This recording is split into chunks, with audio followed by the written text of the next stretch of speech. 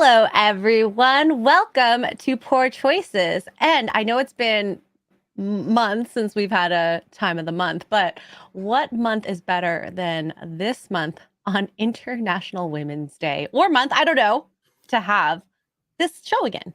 Unfortunately, Tugs couldn't come. She's been driving all along the coast, and she's a little tired, so it'll just be myself. I'm Expert Girl, and we have a lovely, lovely guest. If you have seen him at meetups in Vegas, I don't think you were at the one in Orlando. No, Couldn't make that one. couldn't make that one, but he's usually behind his camera or with a drink or hanging out. But we have John Kokoza here. Welcome, John.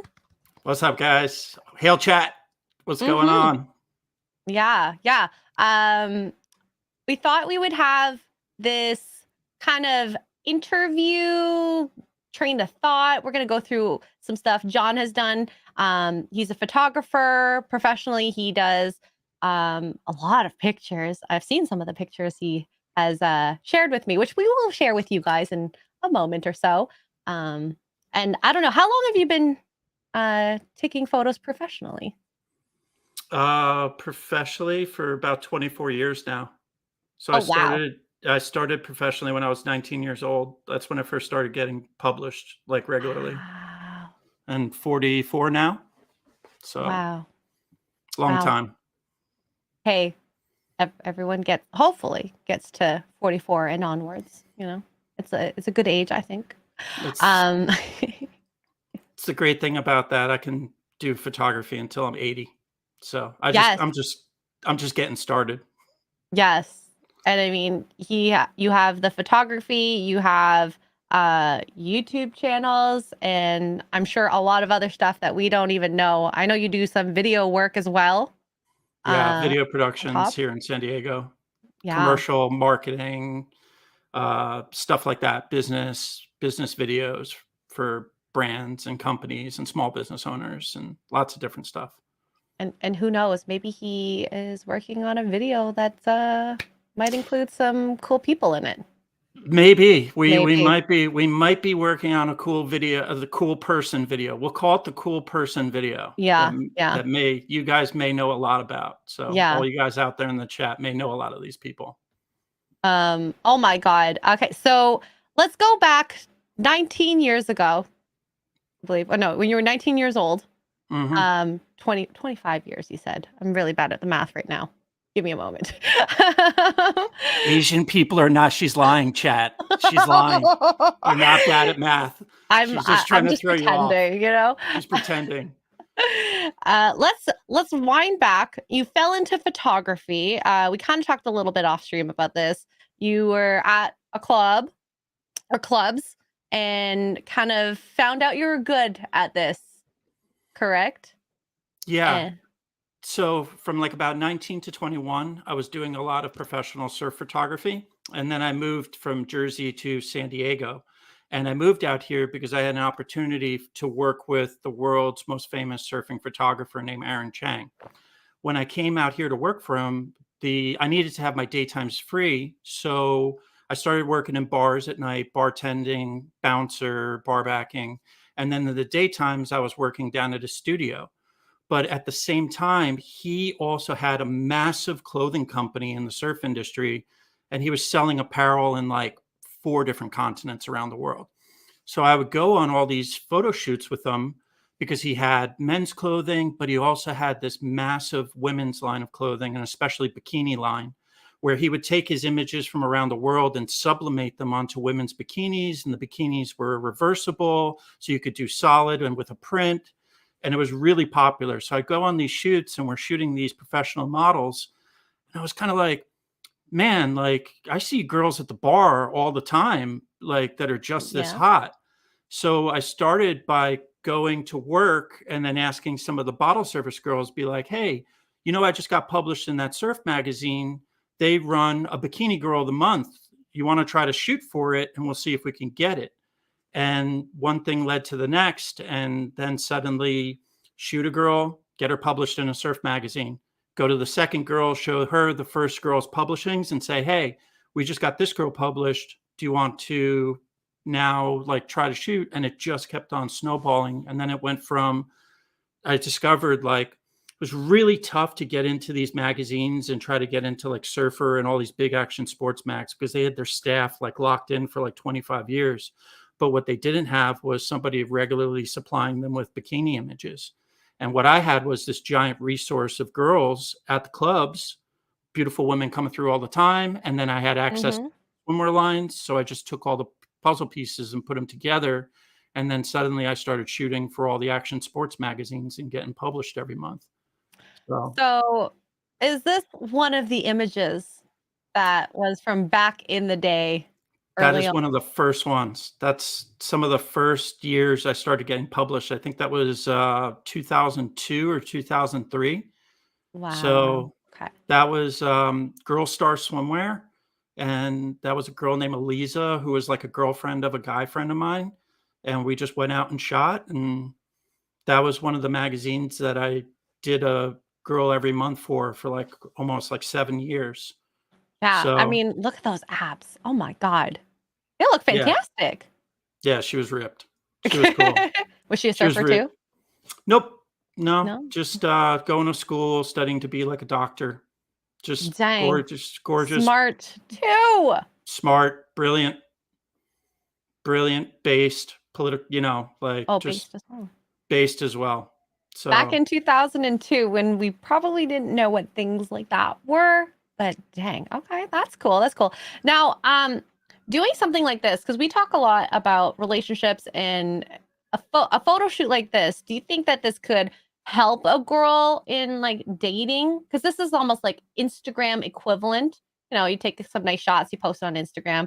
Or do you think this would like deter men from wanting to like date a girl like this? I mean, I love these photos. I'm one of those girls that's like, yes, girl, slay, all that stuff. But like in the end, do you think like a bikini shot like this on Instagram would, deter you from wanting to message her or something like that? I think it's so commonplace nowadays that I mean, this is like tame compared to what's on Instagram nowadays. True. True.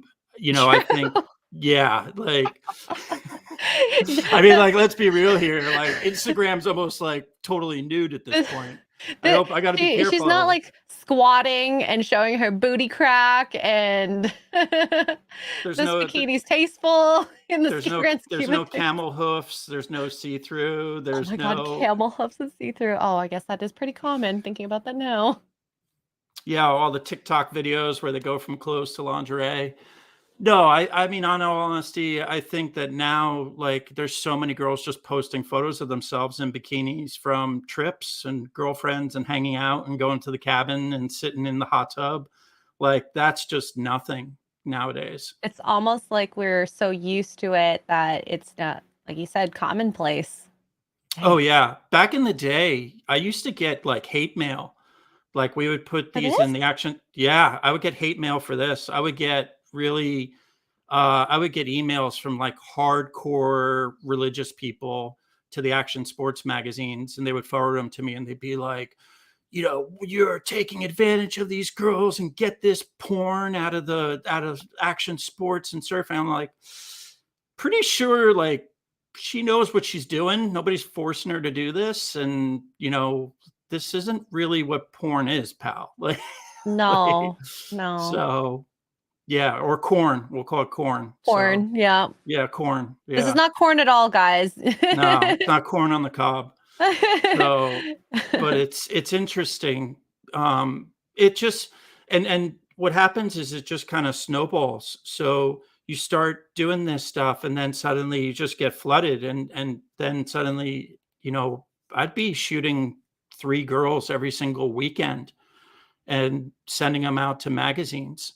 And it wasn't just swimwear, it was stuff like this too. So I started doing a lot of fashion photography here in San Diego with upcoming brands. And back in the day, we had lots of different lifestyle magazines and magazines within the city that featured fashion and art and stuff. You can tell this is early 2000s because of the eyebrows. They're not, they're so thin. Men don't look at eyebrows. I mean, I'm such a girl. I'm like, oh, wow. That's like what I had when I first plucked my eyebrows. But I don't know what this next one is. Oh, There we go. So this is one of the ones that you probably would get some hate mail for, right? Yeah, this was for an advertisement for a skateboard company. I So would never have thought. yeah, this is it's grit tape for your decks, and he had a special type of grit. So Oh, he had a model, and we just got her topless and poured the grit all over her. We wow. actually shot this in the kitchen of his house. So I know. Dang. Yeah, we just built the studio right in the kitchen of his house, and we had the model come over, and we shot it there. So he couldn't afford like to pay for a professional studio, and it's skateboarding. So it's kind of Hey, street and cord. I, Yeah. I would not have guessed that you did this in the kitchen. No, You can't guess at all. I used to say, I used to tell girls, I was like, I could put you next to a dumpster and I'll make it look good. That should be a challenge, a photography challenge. Do you know how they have America's Next Top Model, but like you should Mhm. have it for photographers? Ooh, maybe a Oh, new. that'd be fun if I could get a bunch of like rookies and then I'll just be like a Gordon Ramsay to them, just like, Mm-hmm. what do you call this? What is this? This is disgusting. This is crap. This is garbage. Oh my gosh. Yeah, So, these some of these photos are very well, they're racy, and I think the hardest part as a photographer would be being professional. And I think that's something that you learn throughout, right? Or it's like just, because at 19 years old, you're so young. yeah, but I always was the type of, I didn't want to fuck up. You know what I mean? Like I really did. I'm sorry if I cursed. If I didn't want to screw That's up. okay. Oh, we could curse. Okay. Yeah, we I can didn't curse. want to like. I always viewed doing this stuff as a privilege, like and I really didn't want to. I never really wanted to shit where I eat, and Mm, I always knew in the back of my head that something like the Me Too movement was going to come. Like the writing was just on the wall, just with the way society was coming. And even like 15 years ago, I was like, someday, like all that crap that happens in Hollywood with girls having to sleep and give blowjobs for castings and jobs and stuff, that's going to come to a screeching halt because they're going to do mhm. that to the wrong girl one day. And that's going to just blow up. So, and the other thing too is when you're doing those shoots, like everybody thinks like they're like, oh my God, dude, how do you hold it together? How do you stand around? Because I've been in rooms where I'm just surrounded by naked women and they're just changing like all around me. And there's so much going on in your head for the shoot. Like when you're doing it, coordinating a shoot with one girl, like I'm thinking about outfits. Where are we shooting? What's the sun doing? Mhm. What's the lighting going to be? Is that scene good? What's the composition? How is those colors going to contrast with the background? There's so much running through your head if you're doing it the proper way. And when you start adding more models to the shoot and you start becoming a director, you don't have time to just be like all horn doggy and stuff. You're And herding the models around. You're a model oh, shepherd. more like a cat wrangler. It's like, Oh my gosh. I guess yeah. it's kind of the same with myself when I'm in the medical field. Even if I see someone back in the day, I'm like, oh my gosh, they're so attractive. Even though I'm seeing everything or whatever, you just get clinical about it. And I mean, that's smart for you to notice that and be very professional because I'm sure you've heard stories in photography. I mean, I've heard Oh, stories about photographers, oh yeah. uh, as you say, pooping where you eat. Um, It happens in every business. If we work at a restaurant, the waiters are sleeping with each other, the girl's sleeping with the kitchen staff while she's banging the bartender. It's just like you go to a dealership and the salespeople are sleeping together. It's everywhere in industry. It's just like word of mouth back then. This is like when I started doing a lot of stuff like this, it was a lot of word of mouth. Like we're talking pre MySpace. I used to do this stuff shooting film. mhm. Oh, So it's yeah, I used to do this stuff where a girl would come, she'd hire you, you'd shoot her portfolio, you'd make contact sheets, you'd process all the rolls of film, you'd make prints for her. And then the internet came out and MySpace came out. And even before Model Mayhem, there was MuseCube. And all of that stuff started to come out, and the industry started to change. Because once that happened and once digital came around, then every creep and sketchy dude in their 50s and 60s with a ton of money could just buy a ton of gear, shoot a bunch of girls, and then say like, oh, look at me, I'll shoot you for free. So almost like overnight, an entire industry we used to do as a business was absolutely destroyed.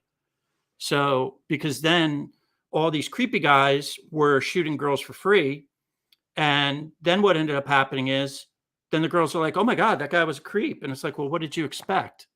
Like, he barely has done any photography. He just bought 20 grand worth of gear and he's just shooting you. And so To get in your pants. yeah, the system, like the industry really got like corrupted at that point. But what I did to diversify from that, to kind of like rise above the top, was I was working for surf media companies, and I was learning a lot about SEO and web design at the time, because we had the second largest surfing website in the entire world. Wow. And they had their daily bikini page, which was ranking massive on Google. So what I learned was I just started building websites, and I created this massive internet system. So I had my one main website, which was Swimmer Model Galleries. But then I went and I bought domain names like California Bikini Models, California Bikini Girls, Oh. San Diego Bikini Models, American Bikini Models. And I started constructing all of these different websites. And what I would do is girls would come to me and they'd hire me for a shoot. And what I would do is we'd shoot 5 or 6 outfits in the course of like 2.5 hours. And I'd say, okay, outfit A is going to this magazine and it's going on this website. And I'd link that website back to Swimmer Model Galleries. Outfit B is going to this magazine and this website. So that way, if a girl comes and shoots with me one time, suddenly I could put her on 7 different websites. We could construct her Model Mayhem page. And then within the course of 3 to 4 months, we could get her published in anywhere from like 1 to 4 magazines. So then it would show on her page that she's a legitimate model, because there was a big difference between actual girls who wanted to model as like professionally, or they were just hot girls who just wanted free pictures. So I was doing that, and the site started to take off and get big. And I think it was back in about 2006, 7. So Swimmer Model Galleries, I finally broke 1 million page views per month on the site. Wow. And that was based off of like getting around 10,000 to 13,000 unique visitors per month. And the average time on site was like 6 minutes. And I was like, wow, that's super great. And people are like, yeah, you know why? People, it's 6 minutes, So, Unless your as is 38 seconds. But, yeah, as is, yeah, I don't want but as will come back a lot. As will come back a ton of times. He'll be 38 seconds in the morning, then it's lunchtime, and then it's afternoon tea for as, Yep. then it's nooner. He's back 6 times a day. And he's got the strongest grip in the world. So, but what ended up happening was this started taking off, and I was like, oh my God, I'm doing this crazy amounts of traffic. And if you went on Google and you typed in swimsuit models into Google, I was number 3 behind Sports Illustrated. I was number 4 for bikini models. I was number 2 for swimmer models. So everything started to work. Once I had those numbers, all the companies were just sending me tons of boxes of product. I used to have closets full of women bikinis, and girls would come by and they're like, like, how did you have like all these women's bikinis? And then what ended up happening was I was getting ready to redesign the site and add ad revenue to the site. And Google launched its Penguin and Panda update. And overnight, my traffic just went poof. That gone. Sucks. Disappeared from the rankings, disappeared from like everything. And they completely killed my site and killed my business overnight. So it was just like, oh, well, okay, there goes all that 3-4 years of work. So you got screwed over. That was the first time. There's another time. Okay, we'll get to that eventually. Yeah. But I kind of wanted to circle back and just kind of chat about the different types of girls that you had modeling for you. And it's funny because we talk a lot about how women are the gatekeepers of sex and men are the gatekeepers of relationships. You are from what I understand, kind of the exception to the rule because you are so professional with your work. You interact with very beautiful women in very risque, vulnerable moments with the photography. And it's actually kind of interesting meeting someone who is able to keep their legs closed for other girls. And that doesn't happen often, I don't think, with a lot of men. I'm I not gonna know. say I'm not gonna say I'm not gonna say it never happened, but Okay. there's Majority.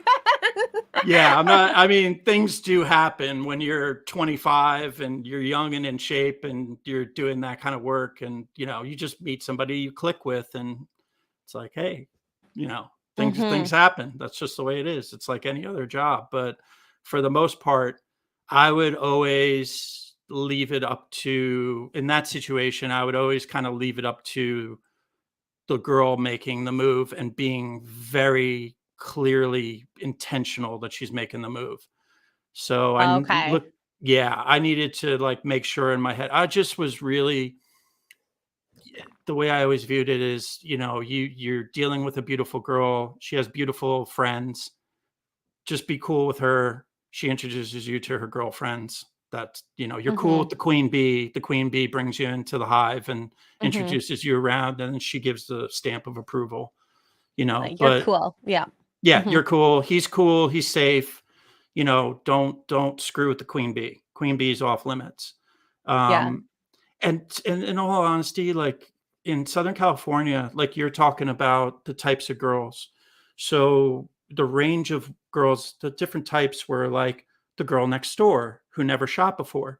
So Olivia here actually had already done Playboy. She had done Playboy. She was a Playboy cyber girl, I think when she was Oh. like 19 or something like that. So we shot when she was like 22, so she knew modeling inside and out.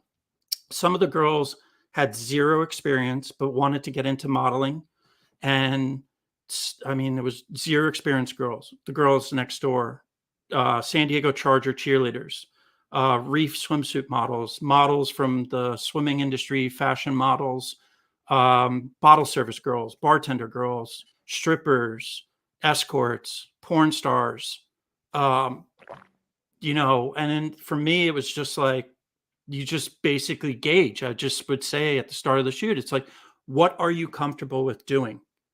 Are you comfortable with doing implied nudes? Oh, okay, cool. Are you uncomfortable with just topless? Are you comfortable bottomless? Obviously, the porn stars were like, I want to do everything, like Let's release the release the Kraken.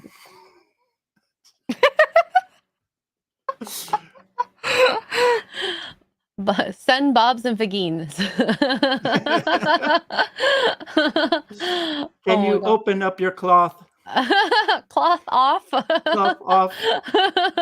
I am not having sex with your mom. This I find it so fascinating. I guess you've been in the, I guess, film era before digital became a thing, and now that we're moving to more digital spaces and with the Me Too and just women, the feminism, I guess, feminism, it must be Third wave hard to be a feminine. photographer, especially now. I never really got any hate from other women, really. Oh, as I men. Yeah, the only hate I got was actually from like very religious men who we would just joke around and just be like, "All right, dude, either you've never been laid or you're struggling with homosexuality."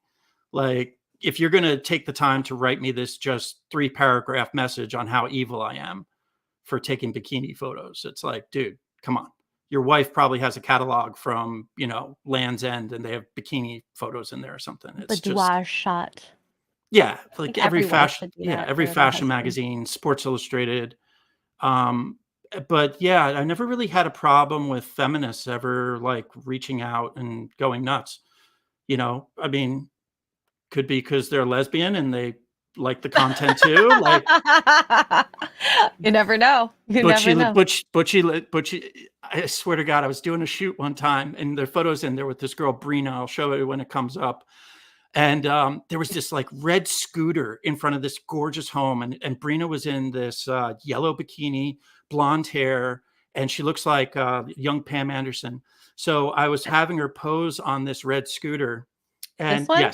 yes, that was the shoot. That's Brina, and we're shooting in front of this house, and this very butchy lesbian girl comes running out of the house and 50, 60 years old. And she's like, hey, hey, hey, hey, hey. And I'm like, oh, geez. Oh, God. Oh She's like, no. that's my scooter. That's my scooter. And I'm like, and she's just like, oh my God, this is amazing. Oh, Like, she was happy. oh, she was all into it. And she's just like, hi, I'm so-and-so. Hi, so I was like, oh, I see what's going on here. Like, but oh my God, the story, like, I think the one of the most fun things about this job was being the fly on the wall for all these conversations, because Like the all models would have with each other, or the models, with the makeup artists, with the stylists, with just other girls on the set. Because I always tried to bring a lot of girls on set. I would always hire females. I would always bring female assistants. I'd always, Mhm. have female stylists, just so it created a more comfortable atmosphere. Look at you being progressive over there before it was a thing.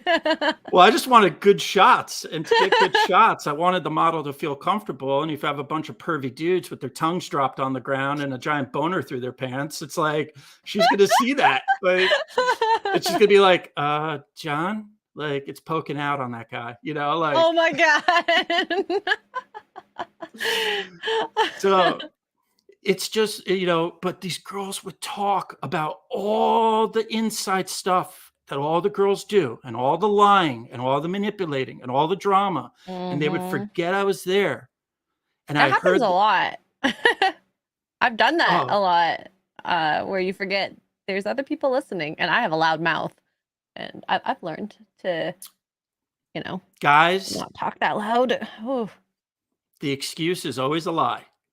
Whatever the girl is telling you last minute, that it's always a lie. I've heard Oh every my god, excuse in the if they book. cancel on your date, Yeah, it's always a always lie. well, 99% of the time. Yeah, 99%. Yeah, 1%. Like I'll always go back to the second date Mark and I were supposed to have. I got so sick. I actually went to the hospital. But like, what kind of excuse? Like, sorry, I can't go on a date because I'm in the hospital. Like, it's like, oh, she's a liar. I've had that. I had a girl tell me her girlfriend was going in for brain surgery, and she had to be there. So I've everything. I've How heard. did you like? How does that come up randomly? Yeah. Unless it's emergency, Oh, I I guess. can't even. I've had girls show up 3 hours late. I've had girls show up absolutely hammered. I've had girls show up for a shoot at 3 in the afternoon, and they haven't gone to sleep since the day Oh my prior. god. I've had girls show up to shoots pulling out giant handles of vodka from their bags.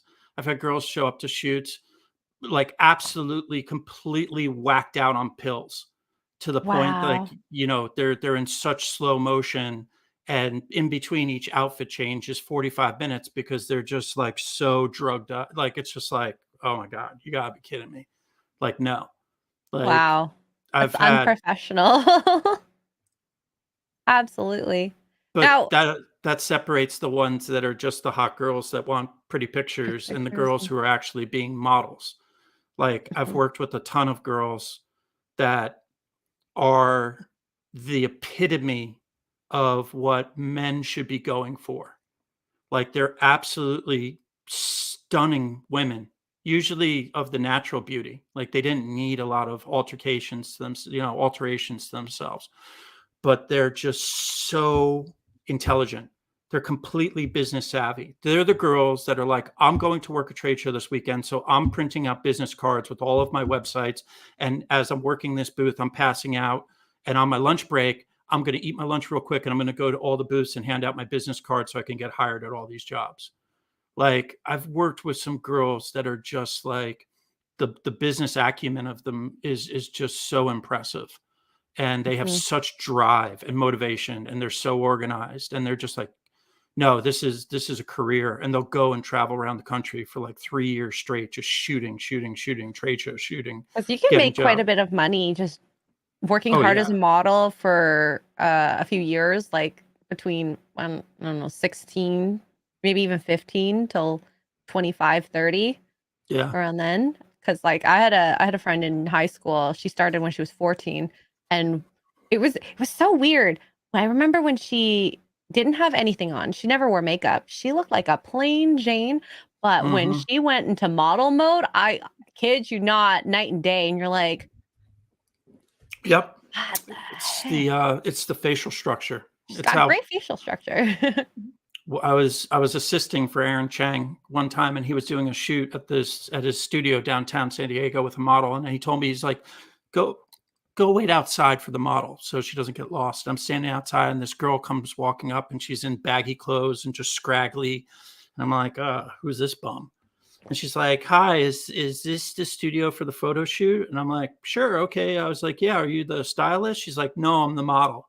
And I'm thinking in my head, like, "Whoa, like, So what? what are we modeling? Like the fall down the tree branch and hit every tree?" Like, Oh, no. that's what I was thinking in my head. I was like, "Wow, swear to God, hour of makeup and hair, didn't even look like the same girl."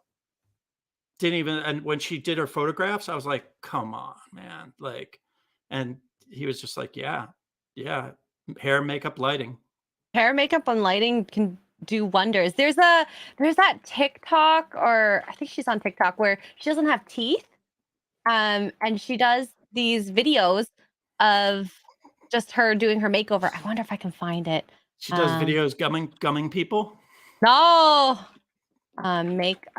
makeover. Sounds like Az is good.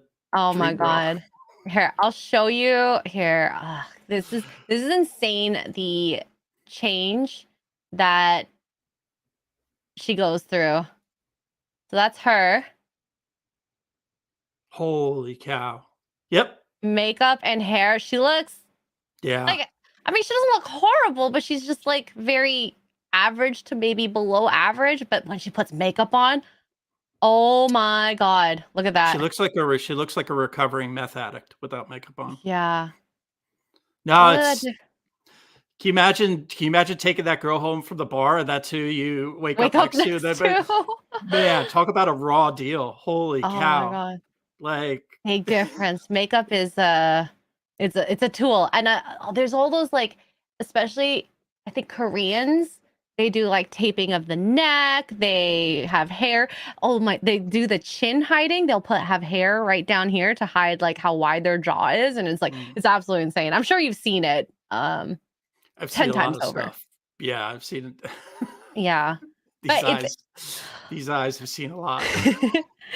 it's very interesting seeing, I guess, on in your perspective, how you really get the behind the scenes and see the perspective of so many women and how we operate and the things that we've done or do, and you get really good gems, clearly, and Mhm. then you get the super manipulative one, which I think gives a really bad name to a lot of women out there, because I mean, I used to Oh, know. yeah. Yeah. I had a girlfriend who would go on a date every night just so she had dinner Yeah. out at a restaurant. That sounds like college girls nowadays, sugar babies.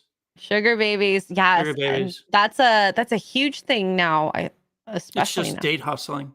It's just, that's the thing that I've noticed with the millennials and the Zers, or Gen Xer, I'm sorry, Zers, yeah, Gen Zs, is that majority of these young girls have no qualms about being pseudo prostitutes. And using people. Yeah. I will say though, and because I had a friend who was an escort, she said that relationship that you have with those men is more honest than any other one you'll have in your life, because you will be honest about absolutely everything. Whereas, like, at the time with her and her whoever boyfriends she's ever dated, she's like, I can never be 100% myself. And I'm like, that is so wild to think. Like, this exchange is more honest than you dating someone that you love. Like, what? I could see that because when you start dating somebody, you're dating their representative for the first 3 months. It just naturally happens. You're always putting forward the best person you want them to see, and it's not until about the 6 months or so that those walls Hmm. start to break down, and then at a year, you really see truly who somebody is. But when you're dealing with, like, escorts and stuff, it's that cash exchange, and it's like time's the limit, and you're just the real person. Hmm. And I've worked with your $300, $400 escorts, and I've worked with girls who are charging thousands of dollars just to meet with them for, photos and the stories. Yeah. I mean, they're just these, and people think like it's like this. Yes, there are the sleazy streetwalkers and car and all that crap that's going on, which usually involves drugs and abuses and pimps. But the Um, same thing, those girls I was just talking about that were like the professional models who were going around and had the business acumen and had their, just had it all dialed, like those high-end escorts. It is crazy how they treat it as like, no, I'm the Lamborghini and this is my business. yeah, yeah. And I remember something she said that like not resonated, but like stuck with me. And she's like, my favorite guys to go on these dates with are married men. And I'm like, whew, okay. Yeah, that's a Well, whole and I go, why? Because she's like, well, because they are honest for one, and they don't bother you or fall in love with you because they still have their family at home. And I'm Mhm. just like, this is so backwards to think. I can't believe I'm like listening to this. And she's so like she believes that this transaction that she's having between these men is, I guess, the best thing for her, which financially, sure, but I don't know if mentally that is the best way to look at relationships. But No. hey, And I mean, how's she ever gonna have a serious relationship if she's going out and she's selling herself? What percentage of men out there in the world are actually going to be cool with that and wanna marry her and have kids with her and settle uh, down? And my question is, will she ever tell the people she dates that she used to do that if she's getting into serious relationships? a buddy of mine had that happen to him. He was engaged to a girl, he was dating her for 3 years, and one day he came home and discovered that she was using their place to escort, and she had been doing it for, like, something like 6 months to a year. Oh my And it god. wasn't even like she needed the money. It was just because she was crazy and had this wild side, and she just started putting herself out on, like, Backpage She and just needed an started inviting outlet dudes or over. something? Oh Yeah, my god. and he was just devastated, like, and it wasn't like, I knew him very well, and I knew them, and we hung out, and it was like, "Whoa, dude, you're kidding me." Like, she That's was. wild. Yeah, there's so like that's the interesting thing about society, and what my job has allowed me to do is I get to tap into this just subculture of society that nobody really ever gets to see and hear about. My Mhm. job, like one day I'd be photographing an escort, and the next day I'm taking pictures of a politician. And then the next day I'm shooting a musician, and the next day I'm shooting families. And then part of my job is to get people to open up and to talk, to feel comfortable. So the stuff, that you get to hear, and especially back in the late 2000s when the webcam business came out and I started photographing webcam girls, Mm. holy cow. Like the stuff I heard that was going on in these rooms and what every type of man or married man and just um, I had a girl, that was a roommate of mine, and we lived together for, like, about 6 to 8 months, and then she got a boyfriend, and then she started camming out of this house, like, in a nice swanky house up in Del Mar. She was Mhm. pulling in 12 grand a month back in, like, 2007. She had multiple laptops being sent to her, all this stuff, and she started connecting me with all these other girls, and they start telling me, Mhm. I was like, "Well." So she had 3 men around the world. One of them was a prince in one country that was just basically sending her 3 grand a month as, Oh my just god. to, and she's like, "Well, the first time they started camming on, like, Skype or something, it was sexual, but then literally all this guy wanted was to talk to her every day for an hour and talk about his day, and it was hardly ever anything sexual after that, and she just went on for months. So Wow. it was just this companionship. It was this thing, like, this guy has all this money, but he doesn't have a woman to talk to and to bounce Yeah. ideas off of and tell his day to, because in his world, he has so much money, all he's got chasing after him is gold diggers, Mhm. and he never knows in the back of his head, is she with me for me or is she with me for my money? So And I he think just was that like, happens all the time with a lot of men, and I'm sure you hear it from women who try to snag everyone wants the top 10% or whatever, Yeah, uh, 1%, dude. the 1%, financially speaking. I mean, we always want the most strong, fittest person, and now it's financial versus physical as much, you know? I mean, we still like Oh, a yeah. physique, but, if you make a lot of money, you're in the most desired category because that's shelter, food, home, all that stuff. Um, Yeah, it's more along the lines of coach purses, pay my apartment, pay my credit card yeah, bills, pay my, cell phone bill, buy me this, fly me here. It's yeah, not like it's not your traditional security that the women used to want. It's more of a materialistic security nowadays with the younger generation. yeah, And I think what's happened is um, stuff like that was always happening back in the day. But now, if you look at it, what's happened is because of things like Instagram, now a girl who's pretty that lives in Missouri in East mhm, Bumblefuck, she can start posting pictures on Instagram. Then suddenly it starts getting traction. Then suddenly in her DMs, she has a rich guy in LA, a rich guy in Paris, a rich guy mhm. in Miami, a rich guy in New York City, all saying, "Hey, babe, hey, babe, hey, babe, why don't you come to Miami and come to my party? We're taking my yacht out." And she's like, "Well, I can't fly to Miami." And he goes, "I don't care." I'll He's pay like, for you. I'll pay for your trip." And he's like, "Bring your 5 girlfriends with you." And the guys will literally spend 5 grand to bring girls out. So I Yeah. see this at the luxury parties that I go and shoot, these private luxury mansion parties. And you see girls, I'm like, "Where are you from?" They're like, "Oh, New York." And I'm like, "You came in just for this party?" They're like, "Oh, I'm here with so and so." Oh And my God. yeah, it's just it's they've normalized this like pseudo prostitution. So Yeah. and there's no more, it's like this love, like love doesn't exist, relationships don't exist anymore. It's all this monetary value. Like if you want me, how much are you going to spend on me? Because if you're not going to spend that money on me, I've got my inbox and my DMs with 100 dudes offering to fly me to Dubai and Paris. Yeah. The Like, worst part about that would be, you can do that up to a certain point, and then all of a yep, sudden, you've you hit the aged. wall.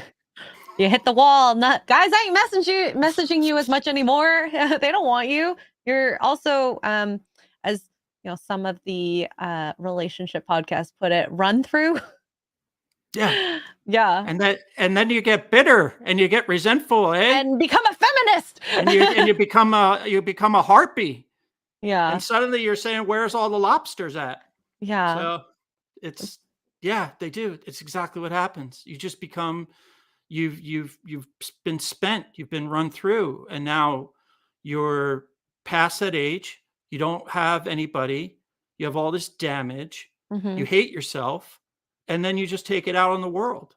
Yeah. And that's who I think we're seeing, like with a lot of these woke feminists. We see these Yeah. just angry people. Just it's like, what the heck are you angry about? Like, have you ever tried? I just want to ask some of these people, like, have you ever traveled the world? And I'm not talking to like Sandals Resort, but have you ever gone around the world And and seen seen the suffering. condition? Like, Mhm. I'll always remember I got hired to film a surf trip, and we went to the remote region of Indonesia, like really remote, to a tiny little fishing village, and that's where we stayed in these like cabanas. And I mean, these people were so poor. They took me through the town, and the guy's explaining to me that their school has been closed for 10 years. Oh my They haven't had god. a school for 10 years for all these kids. And every morning, an hour before dawn, a 70-year-old man was walking the beach, collecting seaweed in the ocean all day long for Oh 10 my hours, god. laying it out, and then carrying 80-pound bundles of seaweed through sand for about a quarter of a mile back to the village to sell that bundle of seaweed to Japanese cosmetic companies that pick it up. And then Oh the my. kids weren't in school. They were just helping the old man collect seaweed all day long and learning that. And That's I'm like, heartbreaking. and then you come back here and you see all this nonsense. And it's like, dude, you're not oppressed. You got $1,000 phone in your pocket. You drive a car. You have some dude paying your bills for you. You're going out to every festival every weekend and doing drugs. And Yeah. it's just like, get a grip. Like, They haven't lived through suffering, and that's the hard part because a lot of I've seen in Vietnam, the people who don't even have health care. I had a guy, my cousin, he works at the hospital, was visiting in Vietnam, and he broke both of his legs in an accident. He did not have insurance. So he's going to be living with broken legs for the rest of his life. Yeah. And we're crying about pronouns and Yeah. gosh knows what else. And every feminist that I've ever seen, I don't know, I've never seen a good looking feminist, but like prove me wrong. That I've seen online on Twitter. So just let me know. Am I wrong? Like maybe there's a little bit of bitter in that too. So I don't know. Ashley Judd was pretty damn hot back in the day. Ashley Judd. Oh yeah, Ashley Judd and Time, was it A Time to Kill? All like the Yeah, yeah, southern sweaty, sultry. Chad, you know yeah. what I'm talking about. You know what I'm talking about. Ashley Judd with the blonde hair. You Yeah. know, Yeah, what's okay, her name? celebrities, sure, but Yeah, I don't think it's normal no. level, like us normal. I mean, I guess Angelina Jolie was probably a feminist too then. Yeah, she's kind of Yeah. toned down recently though. Yeah. I But think see, there's this weird thing about feminism though, because like I view feminists as the women I was talking about before, like those girls who have beauty, but they're also capitalizing on their brains and they're out mhm. there and they're building businesses off that. They have plans, they have short term goals, like they're building these little empires. That's what I think feminism is about. I don't think feminism is about how much free shit you can get and how much you can manipulate men. Like, like it's just materialism and narcissism. Um, Yeah. and I've always you were right when like let's circle back to what you were saying in the beginning. I think it's a disservice to women, like a lot of that stuff that happens with women that give women a bad name. But at the same time, too, it takes good women to push back against those bad women. Mhm. I always said, like, it's like, yeah, she's a gold digger. And like, oh, how dare you? It's like, no, she's doing a disservice to you other girls out there trying to make it because she's doing that to some guy. And then he's going to turn around and treat you like that. And it's Mhm. like, you need to stop it at the egg before that egg hatches. Like there just needs to be more condemnation in society from women on other women to Yeah. stop doing that kind of crap. And it's kind of the same thing with all the stuff that Gary talks about with Hollywood, and people are very apathetic. We stay in our lane, and I very much did that for a majority of my life because I don't really care about the internet as much as it's all the Twitter people. But it's Mhm. now in stuff that is our entertainment. A lot of it, like the amount of times we bash men, and it's okay, and we can't bash women. Like it creates this delusion in Yep. people to think that this is normal, and we want equality. I think we have achieved equality. Now Yeah. it's gone so far the other way. Yeah, you In want entitlements yes, and you want and special it's privilege. too That's what it much. is. It's just I've had it. It's just going to be I'll probably take a lot of heat for saying this, but I've not been cooped up in a room my entire life. Like my job has brought me to thousands of events, shooting, Mhm. meeting tens of thousands of people. If not, I've photographed over probably a million photos, and just the hundreds of thousands of people I've met. And it's like this societal racism that's supposed to be so prevalent. I've never seen it. I've never been anywhere where I've seen people just absolutely being racist to other people. Like you see it on the internet, like randomly, that crazy Uh-huh. lady in McDonald's or something like that. But I think back to like the 90s and I think back to the 2000s, everywhere I worked, we like everywhere I worked, everybody worked there. It didn't matter what you were. You worked, Indians working with Hispanics, working with white Mhm. people.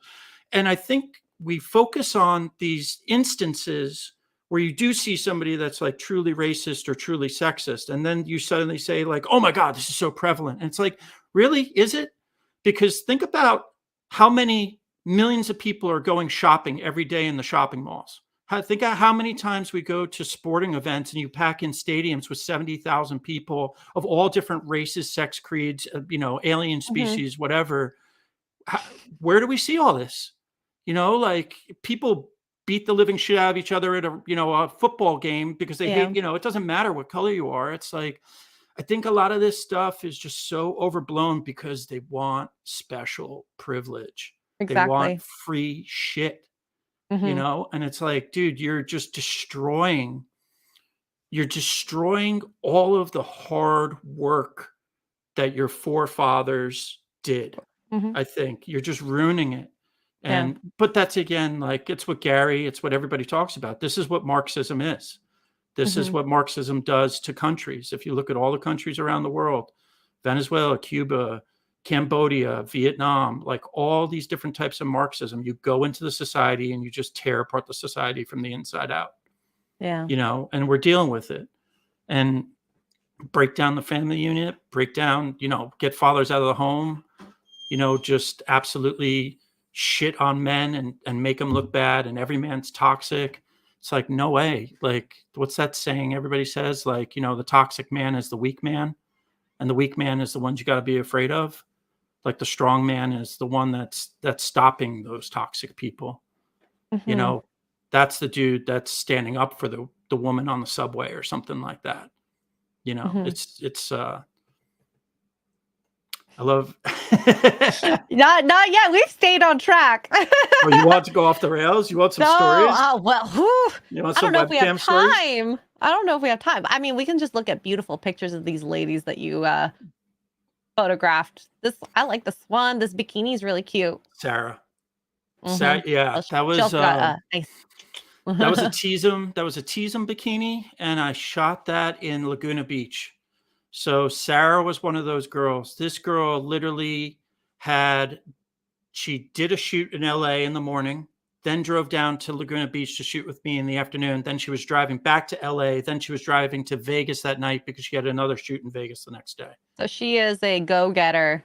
This girl was like insanely a go-getter. Like, she just literally shot and worked nonstop for 3 years straight. She became a spokesmodel for Falkland Nice. Tires. And I mean, Nice. she was getting and just business. It was just all strictly business. She was just hustling. Good. Now that's a real boss, babe. Oh, that's a boss, babe. Totally. So that Mm-hmm. got published in Surf Magazine on the East Coast, ESM. So Love it. Love let me it. see I who want a else you got bikini like there. that. Molly. Molly So Shay. I like that name. she was the girl I photographed in the beginning. And I photographed her for like about 15 years of her life. So from the time she turned 18. Wow. So that she was that studio shot in the beginning where she's doing the implied shot covering up her boobs. That one. That's her? That's the same girl, except for Okay. 10 years later. Wow. And she still looks fantastic. Oh, yeah. Stunning. Like, just naturally beautiful. Like, you wouldn't believe. Just one of those girls that it's like some women I've actually met. It's like staring into the sun. Like, they're Wow. so, like, a person that's so naturally beautiful. It actually like makes you uncomfortable. Like, there's just like, wow, like, wow, that's powerful. So Dang. I'm trying Dang. to think who else. Who do we pull up next? Uh, Oh yeah, that was the cover of Metrics magazine. So that's actually Anastasia Ashley, the famous pro surfer, and she ended up going on to do Sports Illustrated. She was wow. a female athlete in Sports Illustrated. So she was a girl, beautiful girl, and she was actually a pro athlete. She won a pipeline contest, which Wow. is legit. Like, that's dangerous stuff. So we met up in Laguna Beach, and the swimwear was provided by I think it was L Space. I think it was L Space Swimwear. I like the So trunks. They're really cute. the I little like the booty, cut. Yeah. yeah, I it's like good the for cut. surfing. I like Girls them. like the little Brazilian cut booty huggers. Yeah. It doesn't ride up. That's why. Yeah, it doesn't ride up. So there's Molly again. This was for an Australian magazine. And I'm sorry. This was in a European surf magazine. So that's Molly probably like 12 years after I started shooting her. Wow. So, She still looks and fantastic. I hope people can see, like, as I shot through the years, I always tried to keep things within that like Maxim to Playboy kind of style, I think these are tasteful. Yeah. These are very tasteful. And even the implied nudes and the nudes and stuff. These were two twin sisters that were dancers. Oh, cool. What kind of dance? Exotic. Oh. Well, that's why they have these good obliques. I can tell. Oh my God. Like these girls were thoroughbreds. Like guys, these girls would tear you apart. Like, they would rip your arms off like they were like chimpanzees and stuff. They would Oh just my rip. God. They would rip. They were so damn strong. I love it. I love it. They had routines that they would do where they would just do all this pole work and stand on top and plank themselves out horizontally. And one Oh, would stand dang. on. Yeah, no, they were just absolutely phenomenal athletes. And Nice. they also, same thing, good business acumen. So, Nice. Oh, same with yeah, girls. Yeah. same girls, just different. Typically at a shoot, you want to try to really get through like about 4 or 5 different outfits. Usually the first outfit, I usually tell girls to put on the worst outfit, the ones that they don't like the most, because that's kind of like the warm up set. Mm-hmm. And then you start getting to like the end of the second outfit through the fourth outfit, and you start really tapping into those shots and start nailing it. So I kind of just start positioning their favorite outfits right in the middle, because Yeah. by the 5th outfit, they're just burnt out.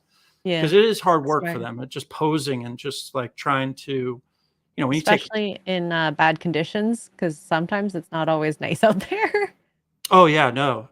Yeah. I've shot girls up in the snow, in the heat, in the cold, like, because we just had to get shots done.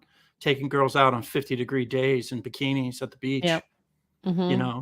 I've heard it's, some interviews like that about models, and I'm like, oh, so it's not as easy as I thought it was to be a model. it's a workout too. Oh, this Yeah. is We just, cute. This is a nice one. This is yes. tasteful. So they stripped off their tops, free the nipple. And, Hashtag.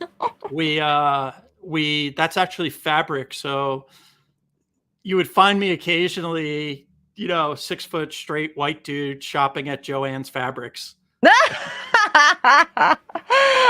Amazing. Me hanging out with all the fellas. And I go in there and they're like, "Hey, how are you doing?" I was like, "Hey, I just need some fabric." They're like, "Great. What's it for?" I'm like, "Naked girls."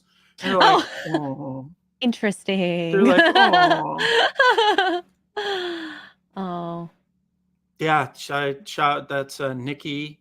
I shot with her when she turned 18. We got a bunch of stuff published, and this was actually wow. 10 years later. And, she came down. We just met up. We rolled out. I used to Dang. love doing these things. I call them guerrilla shoots, like guerrilla war shoots, where we would just grab a bunch of outfits. We'd hop in the vehicle, and we would just drive around San Diego. And I would say, "Oh, white picket fence with the green roses, put on the red bikini," and we would just hop out. We would go jump on people's front lawns. Wow. We'd climb up in like multi-million-dollar houses and get on their staircases. Like I didn't care. Nobody ever, who the heck's going to say, "God damn it, get that naked woman off my lawn," Oh my God. Oh, dang. This is a hot shot. Yeah, and her mom was there with us. Oh, wow. I It don't know if wasn't this. MILF Manor, guys. It wasn't MILF Manor. Oh my God. Oh my God, This was, MILF Manor. that was for a poor, same girl. Oh, I Same girl. love this shot. Oh my gosh. The color, the beach, even the pier back there, the surfers. We had been shooting for about 4 hours.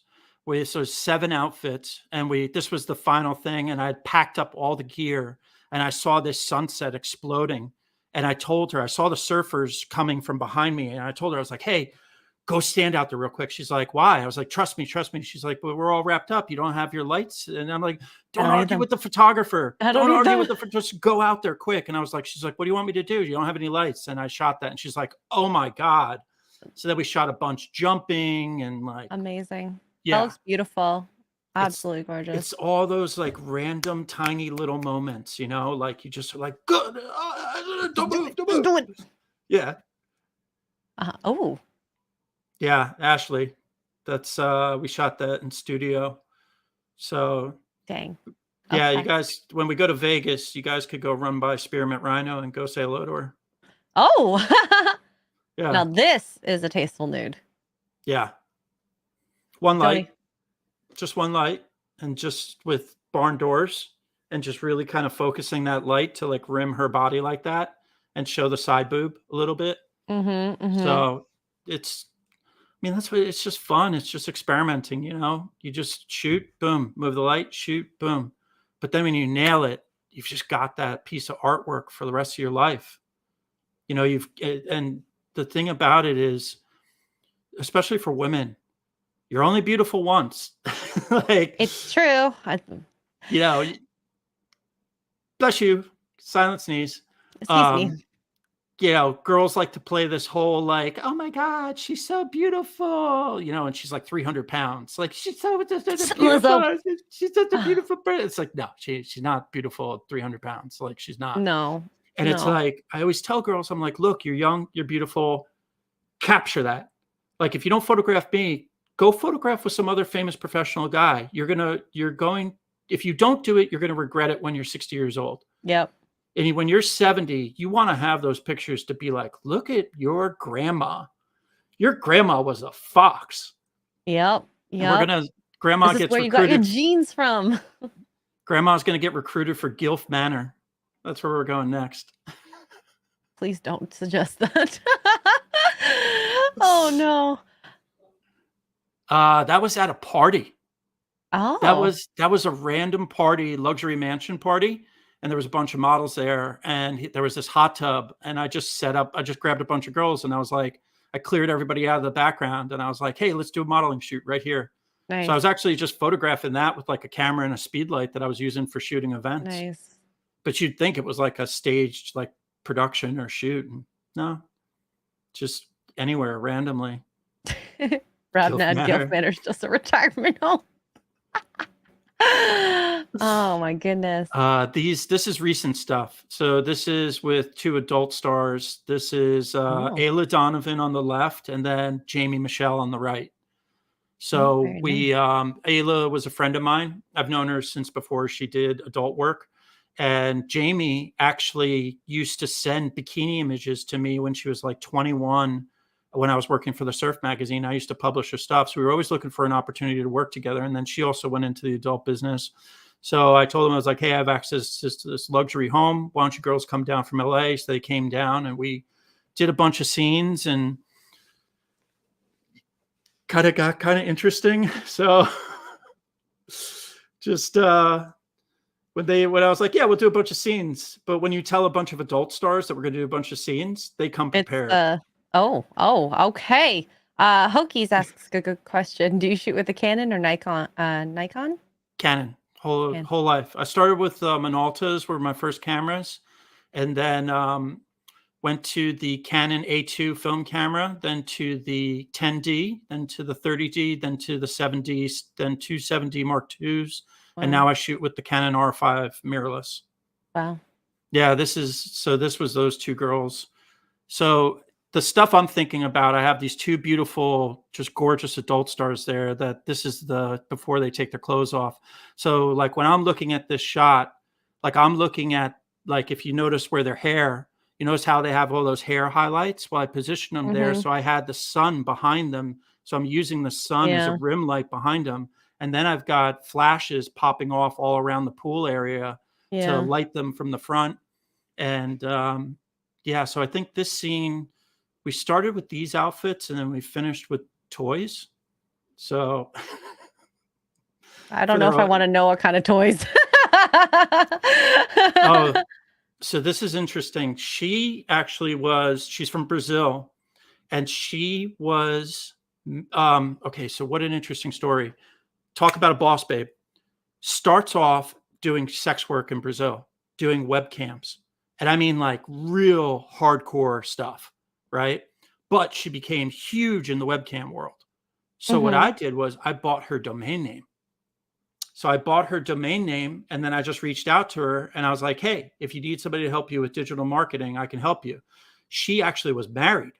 She was married to this French millionaire. And we started doing business, and they're like, hey, we're coming up to LA. Would you like to shoot with us? And I was like, sure. So I drove up to LA, and we shot over there at Matador State Beach. So I drove like 3 hours to go shoot with her. We shoot all afternoon. And then they're like, let's go back to the suite. And he had rented this massive suite in the Mondorian. So we shot all night till midnight. And then I drove home, and I got home at like 3 a.m. But this is the crazy thing. So she's getting ready to just really go and explode with this webcam business. She gets casted for Big Brother Brazil.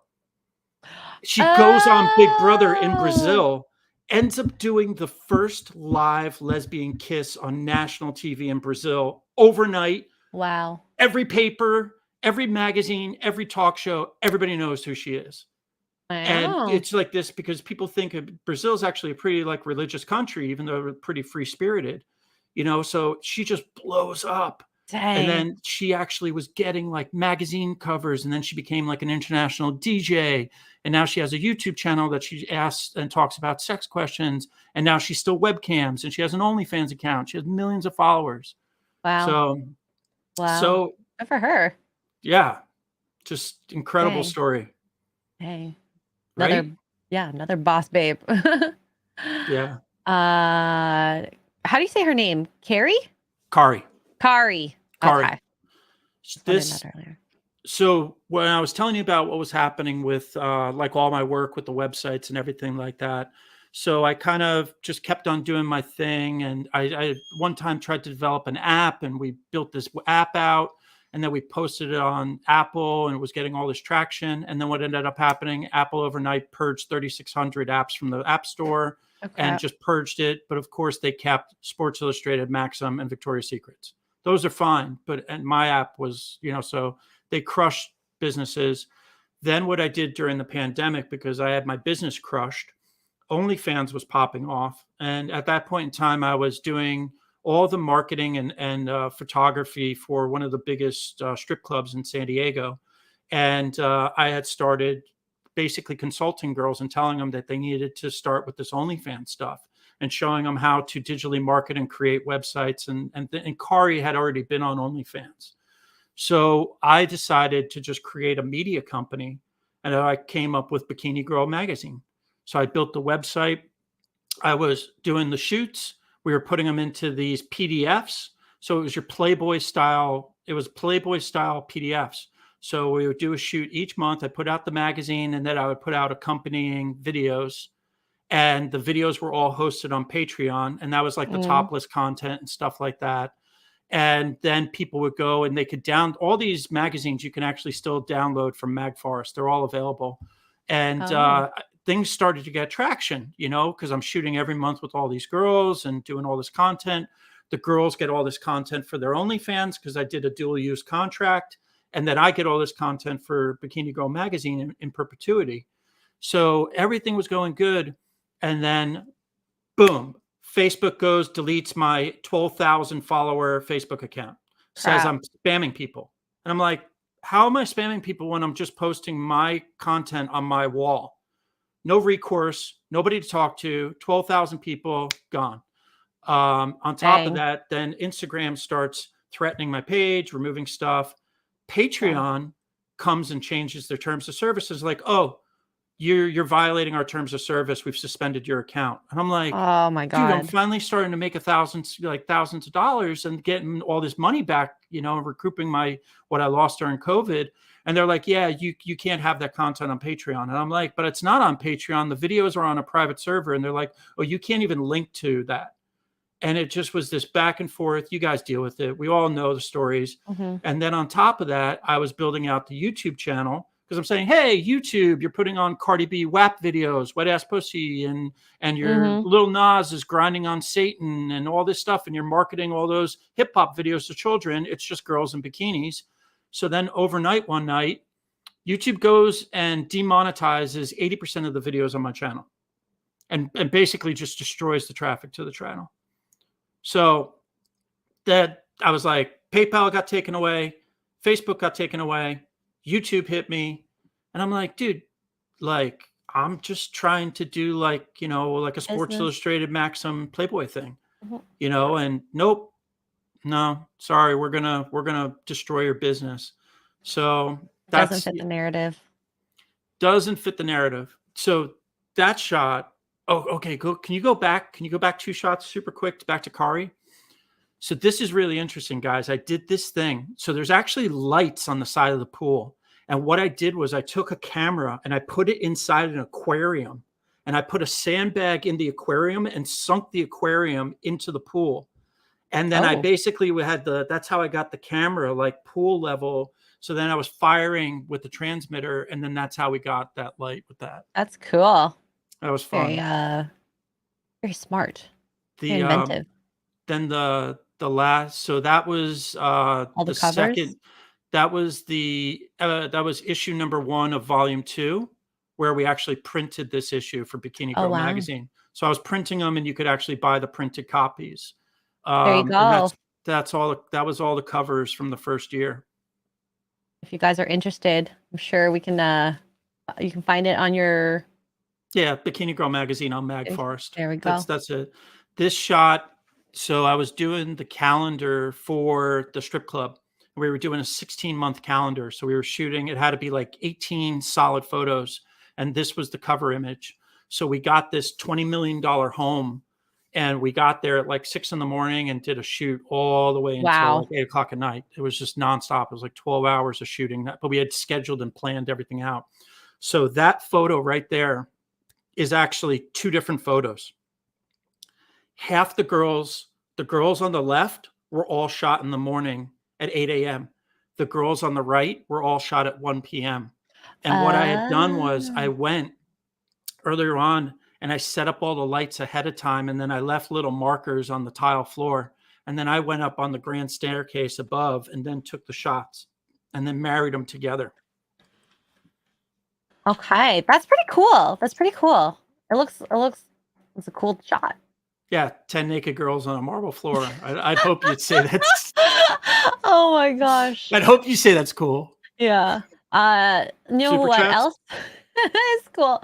We got Eric K with 5 gifted Poor Choices memberships, as well as Frank with 5 gifted memberships as well. That's 25 each. Thank you guys very much. Wow, We awesome also, guys. yeah, we also have Eric K for 5. Good to see you, man. Looking forward to seeing you in Vegas in April.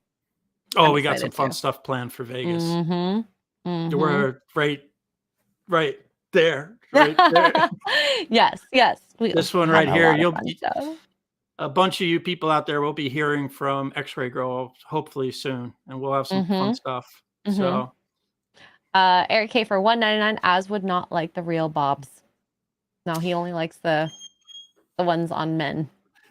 I could see Az saying something like, "Hey, mate, if I can touch them, they're real." So Oh, Az. And we also have Jay Schwalbach for $69.69. John, I own a Canon 80D and a 90D, but my wife won't let me take any nudes of her.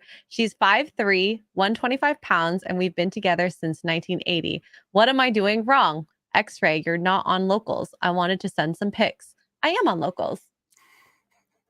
So let's make an analogy here.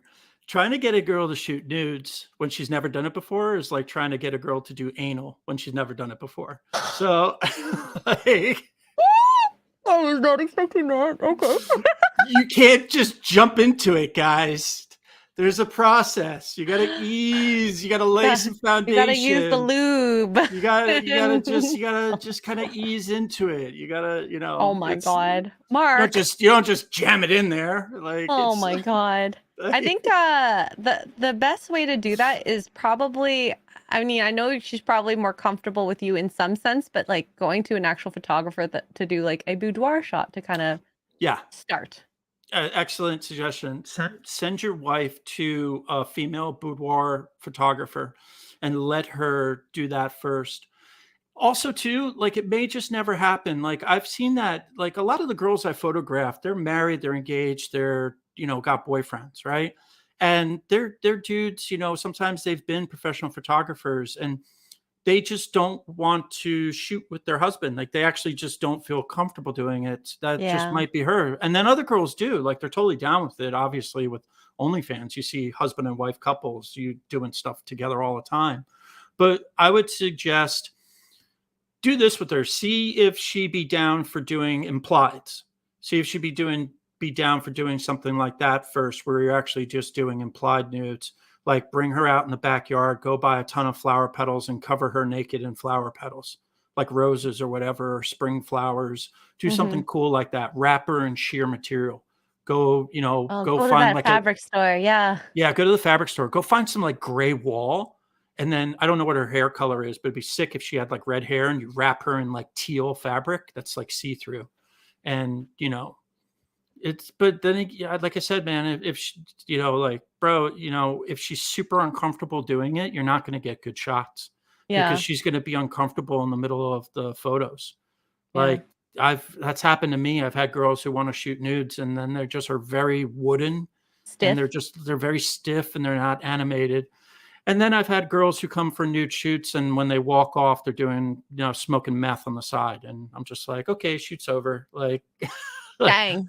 like, Dang. what are you doing? You're doing black tar heroin? Like, what? Like, what are you doing? Oh my So, gosh. what up, Steph? Hi, Steph. We also have another one from Jay Schwalbach for $49.79. John, what photo editing software do you recommend? Settings, ISO, aperture, shutter speeds, and what do you use? PS, X-ray. Gary and Camelot were talking dating stuff the other night. I told them to get out of your freaking lane. You're the love girl. Oh my god, I didn't even know that. Here, I'll put that in the private chat so you can see what I read and then answer him. The Oh, okay. So photo editing software settings. Okay, so settings, ISO, aperture, shutter speeds. That all depends on what you're actually shooting. Like, do you want like a big depth of field behind the girl? Do you not? Do you want a really shallow depth of field to blow things out? Um, Usually outdoors. Let's see here.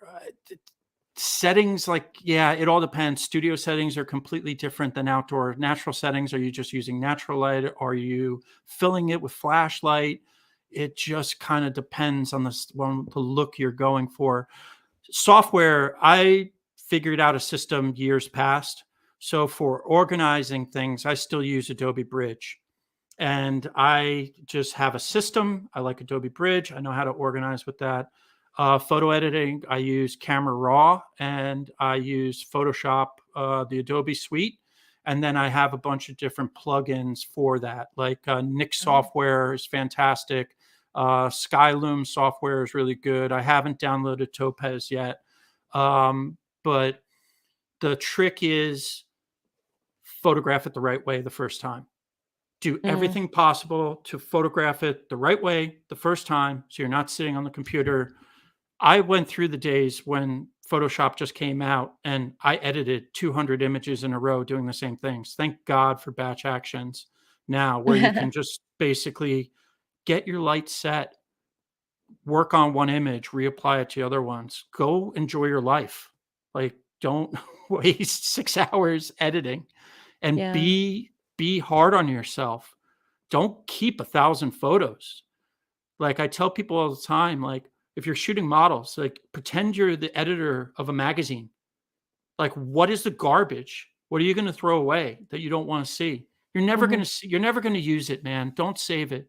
And I tell people the same thing when they're trying to pick photos of themselves. When I do business portraits and headshots of people, when they get the images and the previews, I tell them, go home and I want you to sit down. I want you to look at that computer and I want you to pretend that you've never before seen that person ever in your entire life. Forget that's you.